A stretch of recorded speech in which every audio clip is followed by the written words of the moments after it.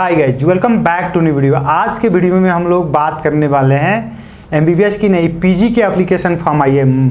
यह बुझिए कि पोस्ट ग्रेजुएट जिसमें एमडी एमएस आता है वो सबका एप्लीकेशन फॉर्म आया है। और नेपाल में जितने भी पोस्ट ग्रेजुएट के लिए एप्लीकेशन फॉर्म होता है मेडिकल फील्ड में, वो सब के लिए एक ही बार एप्लीकेशन फॉर्म खुलता है। नेपाल में मेडिकल काउंसिल के अंडर ये मानिए कि जो एडमिशन की प्रोसीजर जो दिया गया है वो मेडिकल एजुकेशन कमीशन सानोथेमी भक्तपुर में एक और बुझिए कमीशन है, ये आयोग है, नेपाल सरकार द्वारा गठित किया गया, उन्हीं का काम है ये एडमिशन प्रोसीजर, एग्ज़ाम और बाकी जो छोटा मोटा करिकुलम है वो सब कराने के लिए, सीट डिस्ट्रीब्यूशन हो गए और इंस्पेक्शन वगैरह हो गए वो सबको।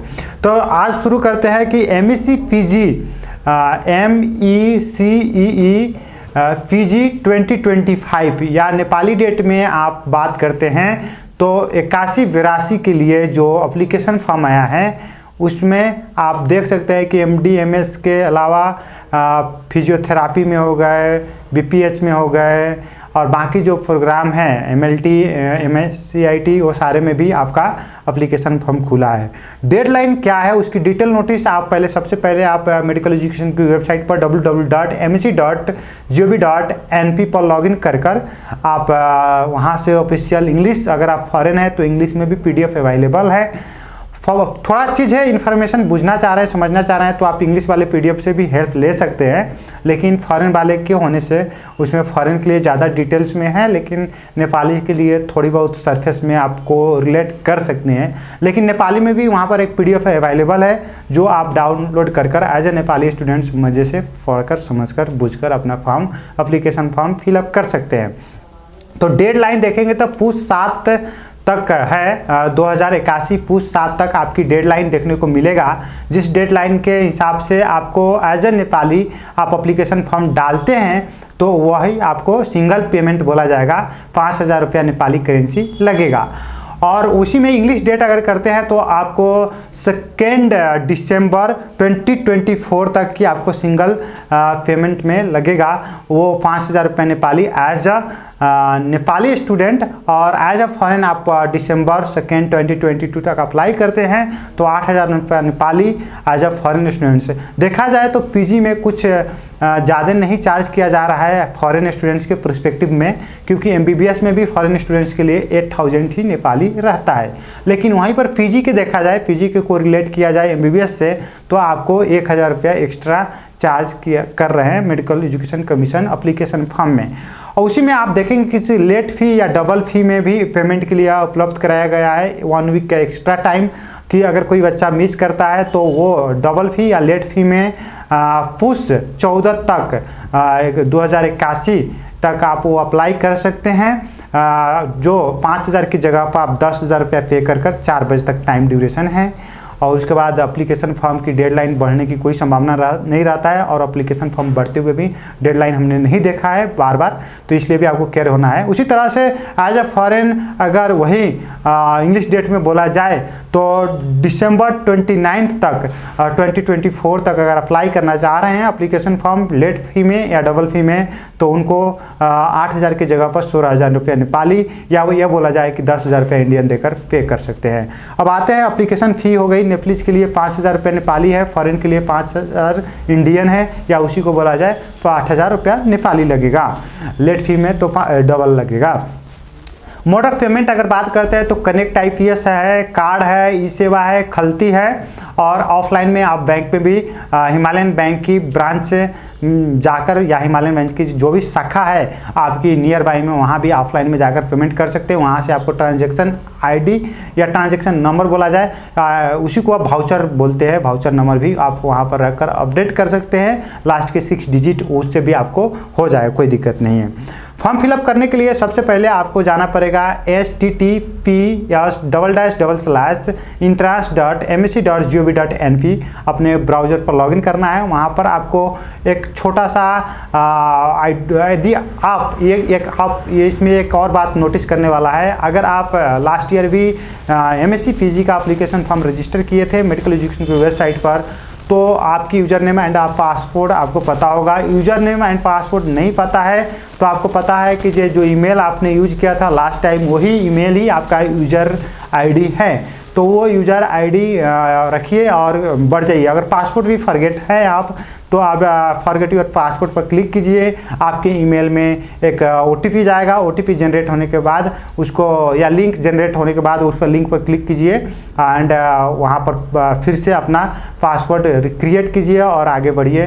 और आपको ज़्यादा कुछ नहीं करना पड़ेगा, आपको पेमेंट करना पड़ेगा और पेमेंट करने के बाद बाकी चीज़ों आपकी डॉक्यूमेंट सबको एक बार गो थ्रू करना पड़ेगा, वेरीफाई करना पड़ेगा, देखना पड़ेगा कि आपकी सारे डॉक्यूमेंट्स जो चीज़ आप अपलोड करना चाह रहे हैं, जो इन्फॉर्मेशन आप अपलोड करना चाह रहे हैं वो सारी चीज़ है कि नहीं फॉर्म में, और उसके बाद फाइनली सबमिट कर देगा। मीन्स अगर आप एज ओल्ड स्टूडेंट हो तो आपकी फॉर्म फिलअप करने में मैक्सिमम 5 से 10 मिनट लगने वाला है। अगर आप चलिए कि ओल्ड स्टूडेंट नहीं हो, न्यू हो, तो आपको क्या करना है, simply create a new ID पर क्लिक करना है। उसी पर जो लिंक बताया उस वहाँ पर आएंगे खुलकर। उसके बाद आप वहाँ से आगे बढ़ सकते हैं। आगे बढ़ने के बाद अपना यूज़र नेम और ईमेल एड्रेस, बुझिए ईमेल एड्रेस, अपना नाम और अपना कॉन्टैक्ट नंबर भी मांग सकता है या नहीं भी मांग सकता। कॉन्टैक्ट नंबर इस साल ऑप्शनल रखा गया है तो कॉन्टैक्ट नंबर नहीं भी मांग सकता है।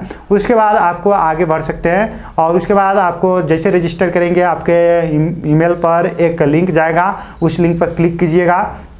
लिंक पर क्लिक कर आगे बढ़िएगा। आगे बढ़ने के बाद आपको अपना ईमेल खोलिएगा, वहाँ लिंक पर क्लिक करने के बाद वेरीफाई कीजिएगा। वेरीफाई करने के बाद बाकी प्रोसीजर आप पेमेंट कीजिए और बाकी प्रोसीजर 1 बाय 1 स्टेप, अपना application details, documents upload, qualification, ये सारे एक्सपीरियंस, ये सारी चीज़ अपलोड 1 बाय स्टेप करते हुए एक बार लास्ट में आपको वेरीफाई करने के लिए आएगा, मीन्स गो थ्रू करने के लिए ऑप्शन के जितने भी इंफॉर्मेशन हैं। उसके बाद सबमिट करिए। और उसके बाद एक बात याद कीजिए, जब भी आप एप्लीकेशन फॉर्म फिलअप सबमिट करते हैं फाइनल, साइड में डाउनलोड का ऑप्शन में एक डाउनलोड योर कन्फर्मेशन पेज आएगा। बिल्कुल अपना कन्फर्मेशन पेज डाउनलोड करके रखिएगा, वही सबूत है कि आपने अपना फॉर्म फिलअप किया है। अब आते हैं कि देखिए जो आईडी मैंने बताया, यूज़र आईडी एंड पासवर्ड तो आप फॉरगेट होंगे तो फॉरगेट योर पासवर्ड में क्लिक कर लेंगे। यूज़र आईडी करने का मतलब कि आपकी जो ईमेल से रजिस्टर कर रहे हैं वही यूज़र आईडी आपका रहेगा। एग्ज़ाम डेट ऑलरेडी मेंशन है रिस्पेक्टिव प्रोग्राम के लिए, किस किस प्रोग्राम की एग्ज़ाम कब कब होने वाले हैं। जो नोटिस आपने अभी मैंने कुछ देर पहले बोला था कि आप वेबसाइट से डाउनलोड कीजिए www.mec.gov.np, वहाँ से आप डाउनलोड कर आगे की जो प्रोसीजर है पेमेंट की है वहाँ से जाइए।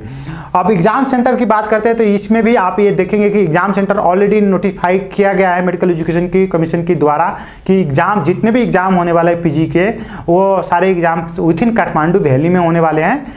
तो इसमें भी आपको केयरफुल होना है कि जो आपकी सेंटर जो है काठमांडू में होने वाला है, लेकिन काठमांडू में किस कॉलेज में और कौन सी प्लेस में होने वाला है ये आपको अभी तक के क्लियर नहीं है। और ये क्लियरिफिकेशन आपको एग्जाम से 5 दिन पहले मिल जाएगा, जो कि आपकी एडमिट कार्ड पर मेंशन रहेगा। और एडमिट कार्ड भी आपको available 5 days before the exam हो जाएगा।